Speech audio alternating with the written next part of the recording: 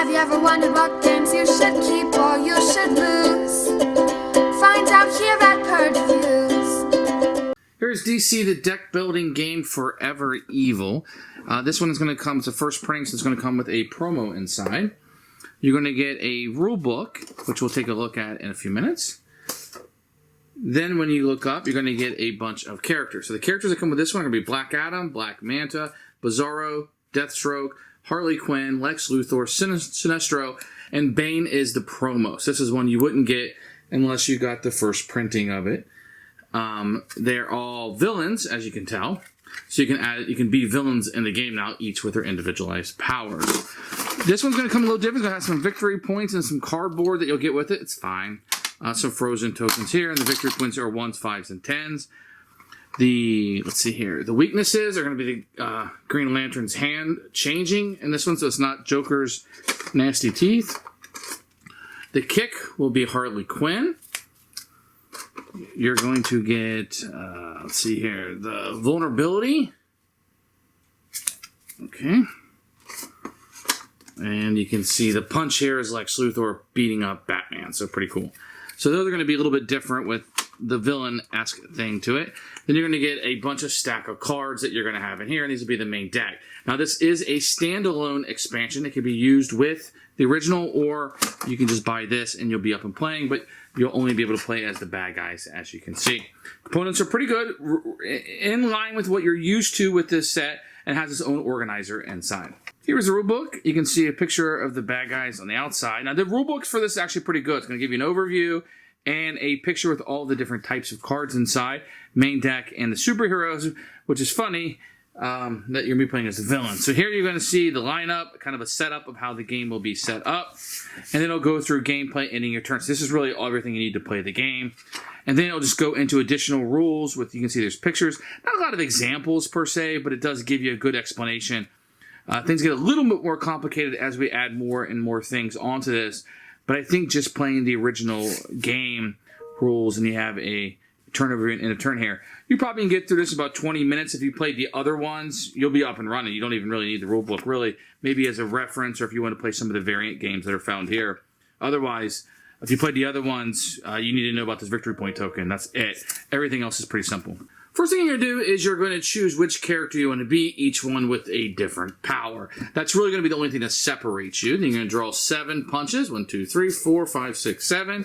You're going to take 3 vulnerabilities, so a number of 10 cards. You'll shuffle these up.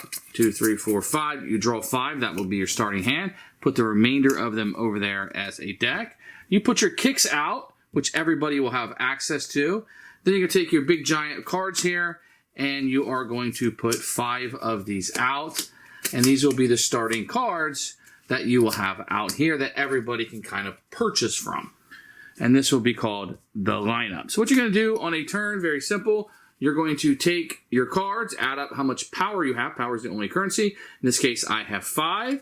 Then I can purchase any card that has a cost of 5 or less, or multiple cards. I could buy like the 3 and the 1 that is 4, or I could just buy the 4. I would put this onto my discard pile with the rest of the cards I discarded. I'd put a new card out from the deck, and I would draw 5 more cards to start my hand, and then the next player would go. That will continue until either you cannot refill this stack, or the hero stack would be empty. So at the beginning of the game, you're going to have all the superheroes, and they'll be shuffled up into a deck that you will place up here also. You can always defeat the top superhero by spending that much power. If you do, it goes in your discard pile and can be a card that you can later on, you will be able to utilize on your turn. So the superhero deck will be over here, and you'll have different superheroes with different powers on them. Now, each of these cards are also worth victory points at the bottom.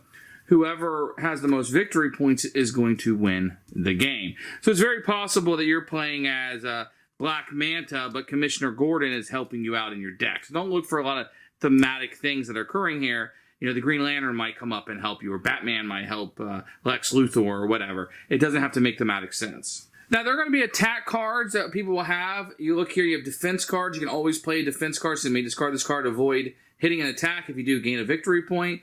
So there will be a little bit of take that where somebody can attack you. But if you have a defensive card in your hand, you can play it at any time to counter attack or defend, if you will. Now, when the location cards come up, they're going to be here in the lineup. When you buy them in your discard pile, when they come up, you play them, they play down in front of you, and they're going to have an ongoing power. So there's a +1 power for each villain you play, and it just kind of stays up in front of you throughout the game. There is a new mechanism in this one where you will be able to gain victory tokens or points as you go through the game. You just take these little tokens and you add these up to your total at the end of the game. They're also included as a variant where you can play good guys versus bad guys if you have other sets, and you gain victory point tokens for beating the superheroes or the villains in that set instead of adding to your deck. That's a little fun little variant.